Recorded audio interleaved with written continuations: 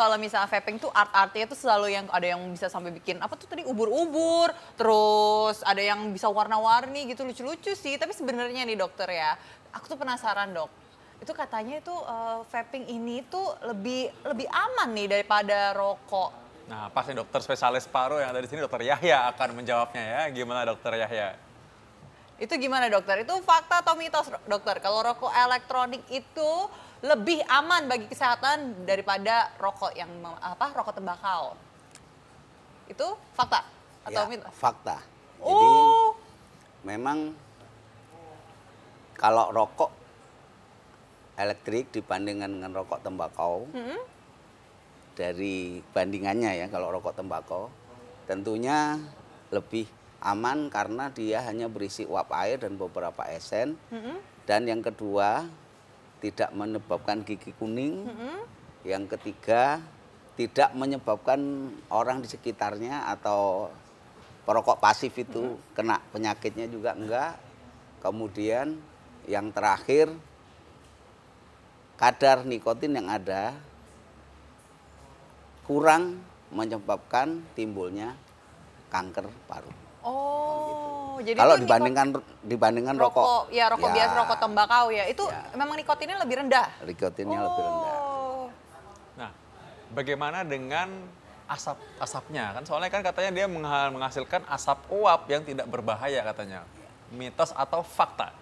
Itu mitos ya. oh itu mitos. Jadi kalau asapnya dari bandingan kalau tadi dengan asap tembakau, nah sekarang kalau dari segi analisa dari vape-nya atau rokok elektriknya itu satu nikotin sendiri itu menyebabkan satu timbulnya hormon adrenalin, menstimulasi hormon adrenalin di mana tensinya bisa naik. Ya, yang kedua adalah dia akan merangsang hormon dopamin di otak sehingga orang akan menjadi ketergantungan. Kalau tidak merokok akan ada sesuatu yang hilang dan merasa tidak nyaman. Itu.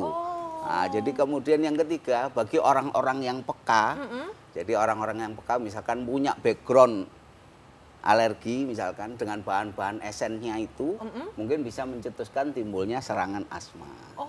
Gitu. Ini Tapi tadi udah bersorak gembira kayaknya mulai mikir lagi nih. Iya. Tadi udah ngomong gitu tadi ya. Tapi Jadi- dokter, fakta mitos selanjutnya nih dokter ya, katanya rokok elektrik itu mengandung nikotin yang merupakan zat adiktif. Iya, Itu fakta atau mitos dokter? itu fakta. Oh, ini Ya, jadi fakta. tadi udah saya Oh. sebutkan memang dari rokok elektrik ini ada 3 macam kan. Satu, memang ada nikotin cairnya, yang kedua tanpa nikotin, yang ketiga uap air biasa dengan esen saja. Nah, kalau yang dengan nikotin tentunya tetap seperti sudah saya sebutkan tadi menyebabkan rilis hormon adrenalin yang menyebabkan tensi itu naik sama dopamin yang membuat orang jadi ketergantungan. Ketergantungan Untuk, ya. untuk pembuluh darah tetap aja dia merusak Ya. pembuluh darah juga Ya. sebenarnya ya. Terus ya tetap kemudian untuk paru juga untuk saluran nafas sudah beberapa yang banyak rilis adalah dari jurnal di Inggris, jurnal yang di Amerika Serikat dan jurnal medis yang ada di Jepang sudah disebutkan bahwasanya menyebabkan kerusakan atau yang disebut dengan kemampuan elastisitas paru itu jadi berkurang pada pemakaian jangka panjang. Oh, dokter, tapi ini kan beredar nih di masyarakat juga Ya. dan ini termasuk fakta mitos kita nih. Katanya kalau kita dengan vaping ini itu bisa membantu menghilangkan kecanduan rokok atau jadi kita setelah vaping ini kita udah nggak ngerasa udah nggak ngerokok lagi, udah nggak kecanduan, akhirnya jadinya gantinya vaping. Ini fakta atau mitos dokter? Itu fakta. Jadi begini, menurut CDC atau FDA Food Drug Administration yang punya Amerika Serikat itu negerinya Trump, itu disebutkan di sana memang buat rokok tembakau untuk mengurangi ketergantungan terhadap rokok tembakau disarankan untuk elektrik. Tetapi rokok elektrik ini tidak direkomendasikan untuk 3 orang. Yang pertama ibu hamil. Iya. Yang kedua yang belum pernah merokok sama sekali jangan. Yang ketiga remaja di bawah umur 18 tahun. Bahkan ada 9 negara bagian di Amerika Serikat itu sudah melarang Rokok rokok elektrik ini pada usia di bawah 21 tahun. Nah, ini jadi pertanyaan nih, Iya. karena Singapura juga melarang Iya, katanya. Singapura. Nah, Atau iya. bahkan tidak boleh dibawa ke negaranya setahu Nah, saya. karena itu maksudnya kan aneh. Tadi katanya nih sebenarnya lebih aman. Tapi kok sekarang tetap aja dilarang. Katanya tetap ada rasa kecanduan juga, tapi kok bisa menggantikan rokok tembakau. Nah, berarti sebenarnya masih ada kontroversi yang kita harus bahas nih kan. Jangan-jangan kecanduannya jadi pindah. Iya, jadi Tadinya itu pindah. jadi pindah ke Iya. rokok yang elektrik betul. ini. Nah, kita akan bahas lagi saat lagi tetap dalam acara Ayo Hidup Sehat. Nah, kita sudah balik lagi. Kita akan ngobrol lagi dengan dokter nih ya. Sebenarnya itu kalau misalnya itu masih penasaran banget kalau misalnya untuk vaping ini asapnya itu kayak katanya uap rokok itu asap rokok elektrik ini itu dapat merusak paru-paru, dokter. Merusak paru-paru pada fase awal, pada orang-orang yang peka, yang punya riwayat alergi, punya background asma gitu ya, itu bisa menyebabkan serangan asma. Mungkin dari berarti bahan, ini fakta ya, dokter, ya? itu fakta. Ini pada misalkan itu dok, kalau orang tadi yang dibilang tanpa nikotin nih, cuman kan ada yang buah-buahan aja tuh Iya. katanya ya. Ya. Itu tetap Tetap bikin orang merusak asma, paru-paru nggak? Iya, tetap. Jadi Karena asapnya yang merusak, dokter? bukan asap dia ya, uap airnya, Uapnya. uap panas, kemudian esensnya itu kan sifatnya orang per orang ya, kita nggak tahu. Nah, dan selalu khas Indonesia sejak tahun 2010 vape ini